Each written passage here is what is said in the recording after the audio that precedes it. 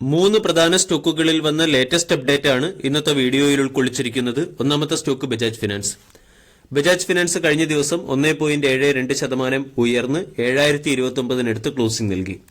4.34 ലക്ഷം കോടി രൂപയുടെ മാർക്കറ്റ് ക്യാപ്പുള്ള കമ്പനിയുടെ valuation 31.06, dividend yield 0.43%, 52 week high 8192, 52 week low 5522.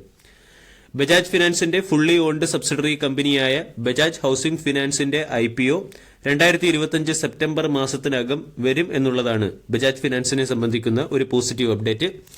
$1 billion IPO ആയിരിക്കും വരാൻ പോകുന്നത്. റിസർവ് ബാങ്ക് ഓഫ് ഇന്ത്യയുടെ നിർദ്ദേശപ്രകാരം അപ്പർ ലെയർ NBFC കമ്പനികൾക്ക് 3 വർഷത്തിനുള്ളിൽ IPO കൊണ്ടുവരേണ്ടത് അത്യാവശ്യമാണ്. Recent reserve bank of India പുറത്തുവിട്ട അപ്പർ ലെയർ NBFC കമ്പനികളുടെ ലിസ്റ്റിൽ ബജാജ് ഹൌസിംഗ് ഫിനാൻസ് എന്ന കമ്പനിയും സ്ഥാനം പിടിച്ചിട്ടുണ്ട്. ബജാജ് ഹൌസിംഗ് ഫിനാൻസ് കൂടാതെ Tata sons, HDB financial service, Tata capital financial service, Aditya Birla finance, Sanghvi finance തുടങ്ങിയ കമ്പനികളും അപ്പർ ലെയർ NBFC കമ്പനികളാണ്. ഇതിൽ ടാറ്റ സൺസിന്റെ IPOയുമായി ബന്ധപ്പെട്ട് ആൾറെഡി ഒരുപാട് ന്യൂസ് വരികയും ചെയ്തു. ഈ IPOയിൽ നിന്നും രക്ഷപ്പെടുന്നതിനു വേണ്ടി ടാറ്റ സൺസ് അതിന്റെ ഡെപ്റ്റ് റീസ്ട്രക്ചർ ചെയ്യുകയും TCSന്റെ സ്റ്റേക്ക് സെയിൽ നടത്തുകയും ചെയ്തിരുന്നു. അതുകൊണ്ട് ബജാജ് ഹൌസിംഗ് ഫിനാൻസിന്റെ IPO വരുമെന്നുള്ള കാര്യത്തിൽ ഇതുവരെയും കൺഫർമേഷൻ ഒന്നും വന്നിട്ടില്ല. അതേസമയം ബജാജ് ഫിനാൻസിന്റെ ഫുള്ളി ഓൺഡ് സബ്സിഡറി കമ്പനിയായ ബജാജ് ഹൌസിംഗ് ഫിനാൻസ് എന്ന കമ്പനി വളരെ മികച്ച പെർഫോമൻസ് ആണ് കാഴ്ചവെക്കുന്നത്. ഡിസംബർ ക്വാർട്ടറിലെ പെർഫോമൻസ് നോക്കിയാൽ അസറ്റ് അണ്ടർ മാനേജ്മെന്റ് 31% വർദ്ധിച്ച് 85,929 കോടിയായി മാറിയിട്ടുണ്ട്. ലോൺ ഡിസ്ബേഴ്സ്മെന്റ് 44% വർദ്ധിച്ച് 10,727 കോടിയായി മാറി. കമ്പനിയുടെ നെറ്റ് ഇൻട്രസ്റ്റ് ഇൻകം 17% വർദ്ധിച്ച് 645 കോടിയും ടോട്ടൽ ഇൻകം 17% വർദ്ധിച്ച് 746 കോടിയും പ്രോഫിറ്റ് ആഫ്റ്റർ ടാക്സ് 31% വർദ്ധിച്ച് 437 കോടിയുമായി ഉയർന്നിട്ടുണ്ട്. ബജാജ് ഹൌസിംഗ് ഫിനാൻസ് എന്ന കമ്പനി കൺസ്ട്രക്ഷൻ റെസിഡൻഷ്യൽ കൊമേഴ്സ്യൽ പ്രോപ്പർട്ടികളുടെ കൺസ്ട്രക്ഷൻ ആവശ്യമായിട്ടുള്ള ഫിനാൻഷ്യൽ സർവീസ് പ്രൊവൈഡ് ചെയ്യുന്നു. ഇതുകൂടാതെ കമ്പനി ബിസിനസ് ലോണും പേഴ്സണൽ ലോണും നൽകുന്നുണ്ട്. 6500 വരെ സ്റ്റോക്ക് ഇടിഞ്ഞതിന് ശേഷം അവിടെ നിന്നും റൌണ്ടിംഗ് ബോട്ടം രീതിയിലുള്ള ഒരു പാറ്റേൺ വന്ന് സ്റ്റോക്ക് 7022 ട്രേഡ് ചെയ്യുന്നു. ഇവിടെ നിന്നും 7600, 7800 തുടങ്ങിയ ലെവലുകളിലേക്ക് സ്റ്റോക്ക് ഉയരാനുള്ള സാധ്യത കൂടുതലാണ്. രണ്ടാമത്തെ സ്റ്റോക്ക് SRF. കഴിഞ്ഞ ട്രേഡിംഗ് സെഷനിൽ SRF 1.86% ഇടിഞ്ഞ് 2532 ക്ലോസിംഗ് നൽകി. 74,000 കോടി രൂപയുടെ മാർക്കറ്റ് ക്യാപ്പുള്ള കമ്പനിയുടെ valuation 50.85, dividend yield 0.28%, 52 week high 2636, 52 week low 2040.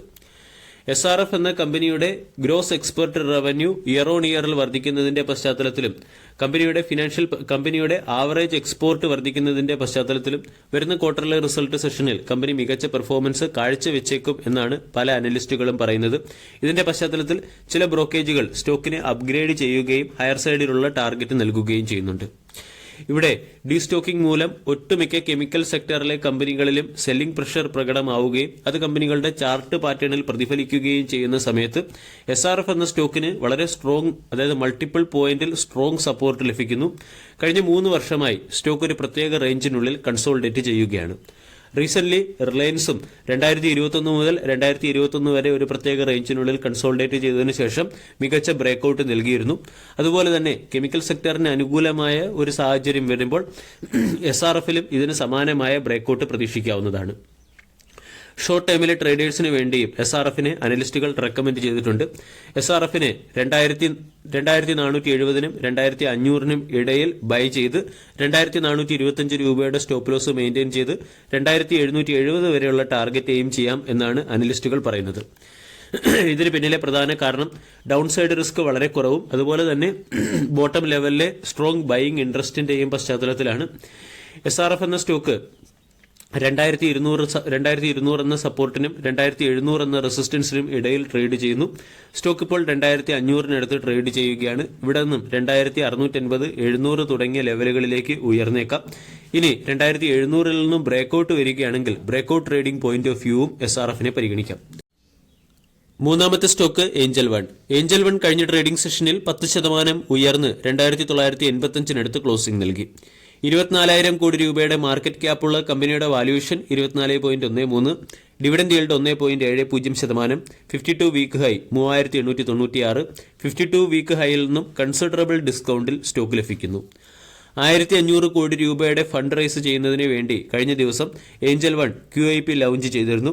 ഈ QIPയിൽ 7% ഡിസ്കൗണ്ടോടുകൂടി 2555 രൂപ പെർ ഷെയർ എന്ന റേറ്റിലാണ് കമ്പനി അതിന്റെ സ്റ്റേക്കുകൾ വിറ്റഴിച്ചത്. QIPക്ക് ലഭിച്ച ഉയർന്ന സ്വീകാര്യതയും ബിഡിന്റെ എണ്ണത്തിലുണ്ടായ വർധനവിന്റെയും പശ്ചാത്തലത്തിലാണ് കഴിഞ്ഞ ട്രേഡിംഗ് സെഷനിൽ സ്റ്റോക്ക് ഉയർന്നത്. എമർജിംഗ് മാർക്കറ്റ് ഓപ്പർച്യൂണിറ്റീസ് ക്യാപിറ്റലൈസ് ചെയ്യുന്നതിനും ഫിനാൻഷ്യൽ കേപ്പബിലിറ്റീസ് വർദ്ധിപ്പിക്കുന്നതിനുമാണ് കമ്പനി ഫണ്ട് റൈസ് ചെയ്യുന്നത്. ഏഞ്ചൽ വണ്ണിന്റെ ഡെറിവേറ്റീവ് ആൻഡ് ക്യാഷ് പ്രൊഡക്റ്റ് സെഗ്മെന്റിലെ ആക്ടിവിറ്റിയിലും ക്ലയന്റ് ബേസിലും വളരെയധികം വർധനവുണ്ടായിട്ടുണ്ട്.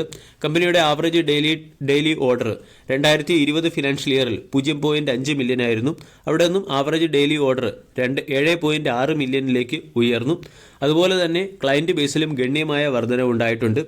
കൂടാതെ റീറ്റെയിലർ ഇൻവെസ്റ്റർ ഇക്വിറ്റി അസറ്റ് ഉപയോഗിച്ച് ലോങ് ടൈം വെൽത്ത് ക്രിയേഷൻ സെക്ടറിലേക്ക് മാറുന്നത് ഏഞ്ചൽ വണ്ണിനെ സംബന്ധിച്ച ഒരു അനുകൂലമായ അപ്ഡേറ്റ് ആണ്. ഇതിന്റെ പശ്ചാത്തലത്തിൽ കോർ ഇക്വിറ്റി പ്രൊഡക്റ്റുകളും മ്യൂച്വൽ ഫണ്ട് പ്രൊഡക്റ്റുകളും അതുപോലെ തന്നെ ഫിക്സഡ് ഇൻകം പ്രൊഡക്റ്റുകളും കമ്പനി മാർക്കറ്റിലെത്തിക്കാനും കൂടുതൽ വെൽത്ത് ക്രിയേഷൻ അവന്യൂസ് സ്റ്റാർട്ട് ചെയ്യാനും തീരുമാനിച്ചിട്ടുണ്ട്. ഈ ന്യൂസിന്റെ പശ്ചാത്തലത്തിലാണ് ഏഞ്ചൽ വൺ എന്ന സ്റ്റോക്കിൽ കഴിഞ്ഞ ദിവസം 10% അപ്സൈഡ് മൊമെന്റം വന്നത്.